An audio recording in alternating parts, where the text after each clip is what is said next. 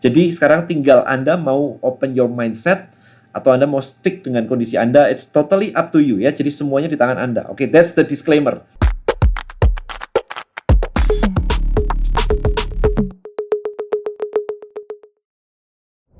Content Creator Black Book. Buat konten, hasilkan income. Temukan rahasianya di contentcreatorblackbook.com.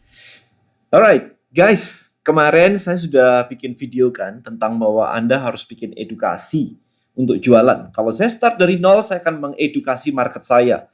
Saya sudah melakukan ini semua dari tahun 2004. Jadi kalau tahun ini 2022 video ini dibuat, maka saya sudah bikin konten untuk mengedukasi 18 tahun.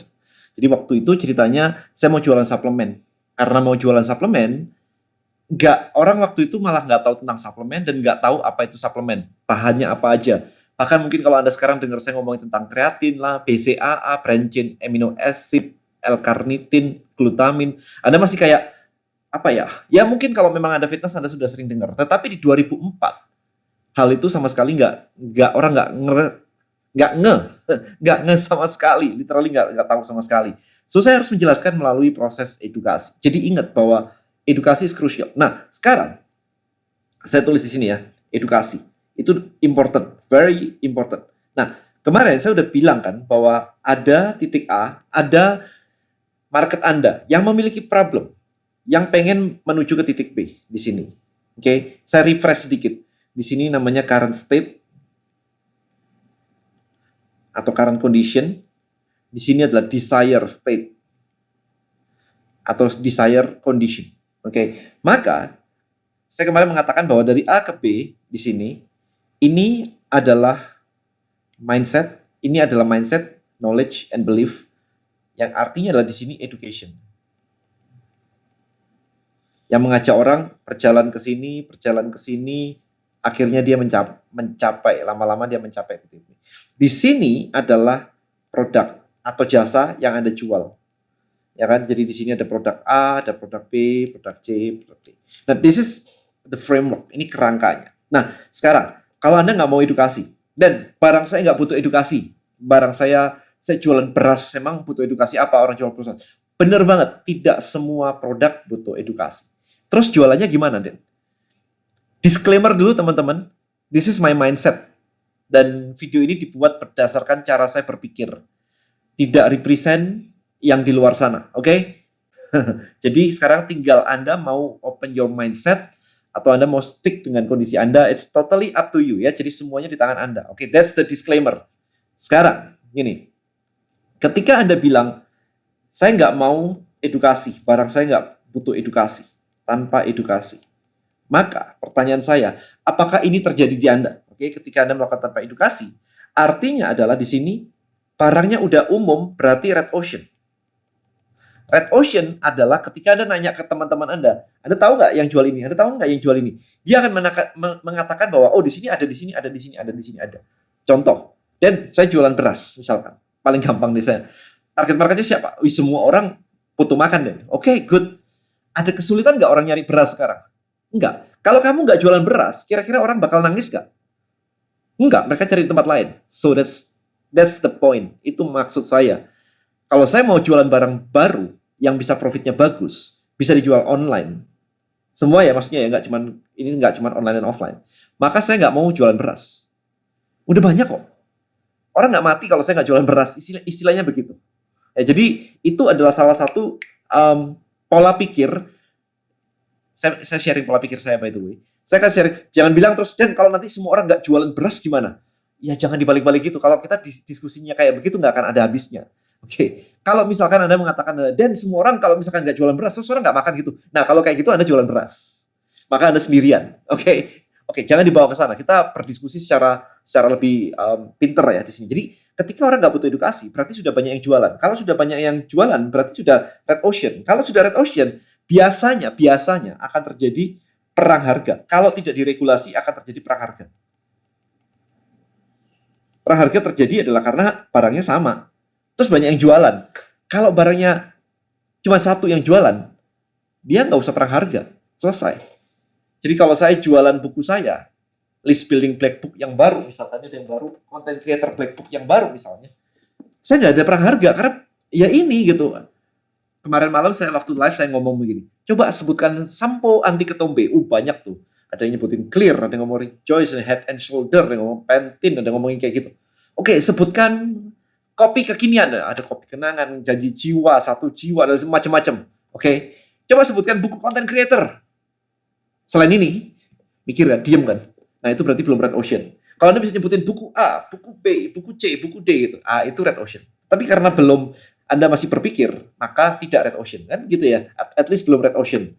Makanya kemarin saya buka peluang untuk menjadi tim saya jadi distributor CCBB ini. Coming soon akan ini coming soon teman-teman, ini hardcover juga. Jadi akan bagus banget buat collector edition buat Anda yang suka koleksi buku saya. Nah, ini yang baru hardcover dan ada tambahan sekitar 30-an halaman baru dan dengan banyak case study baru supaya lebih relate. Oke, saya lanjut lagi. Red Ocean, perang harga. Nah, kemudian kalau nggak pakai edukasi, artinya bukan new opportunity. Anda cari di video YouTube saya nih, opportunity. Bukan sesuatu yang baru, yang menarik buat audiens. Karena hal itu adalah hal yang biasa. Udah tahu kok barangnya, udah sama aja kok. Nah, seperti itu. Jadi, saya akan mencari produk yang saya bisa edukasi. Contoh, kalau misalkan tadi saya jualannya beras, perang harga, yes. Kalau misalkan diregulasi nggak ada perang harga, tapi tetap aja red ocean. Orang nggak beli di saya, bisa beli di tempat lain kok. Jadi saya nggak bisa masuk ke market yang gede. Karena di sana sini sudah banyak orang jualan beras. Maka yang saya lakukan sebisa mungkin. Misalnya ini contoh aja. Daripada cuman beras doang, maka saya akan bikin beras untuk diabetes. Berarti apa?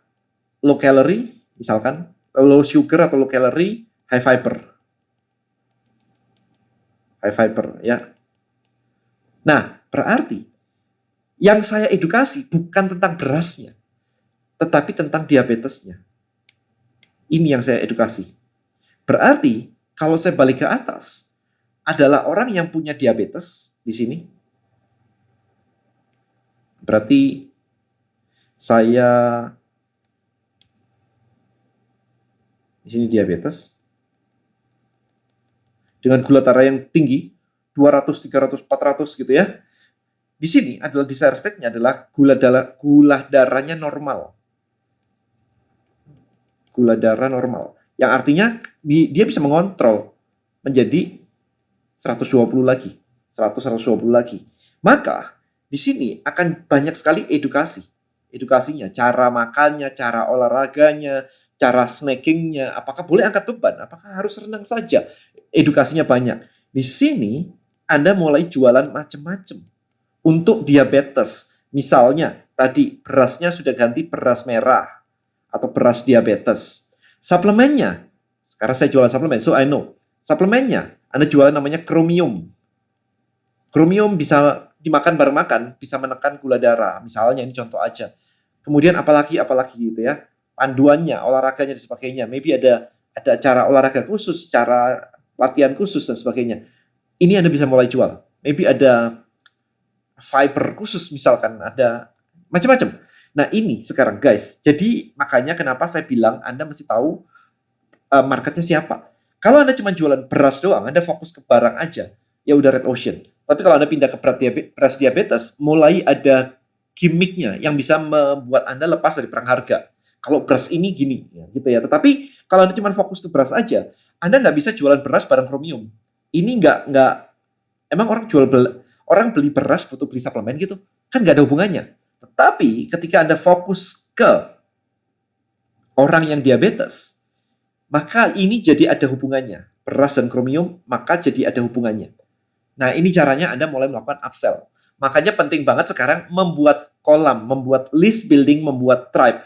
Orang-orang yang diabetes dikumpulin di satu tempat, diedukasi, ada Zoom, ada dokter diundang. Kalau diabetes, kok ternyata susah ya punya anak misalnya. Oh, ada dokternya diundang. Terus rutin kayak begitu. Maka tiba-tiba Anda punya tribe, Anda punya list building, Anda punya tribe, Anda bisa menjual barang apapun yang related ke diabetes. Jadi ini cara saya berpikir. Kalau misalkan saya mau jualan dari nol, kemudian barangnya sudah mulai komoditas kayak beras, saya harus utak-atik apa yang diutak-atik sehingga marketnya jadi spesifik. Saya nggak perlu jualan ke semua orang, saya cukup jualan ke diabetes aja. Maybe di sini saya akan jualan obatnya juga, glukopak dan yang lain-lain. Ya, jadi macam-macam kan? Kan nggak ada ya orang beli beras terus beli obat kan ya. Tetapi ketika Anda kaitin ke diabetesnya, itu jadi relevan. Beli beras, beli obatnya, beli suplemennya. Jadi Anda bisa jualan jadi banyak. Alright, so hopefully video ini mencerahkan buat Anda. Thank you so much and see you in the next video. Bye-bye.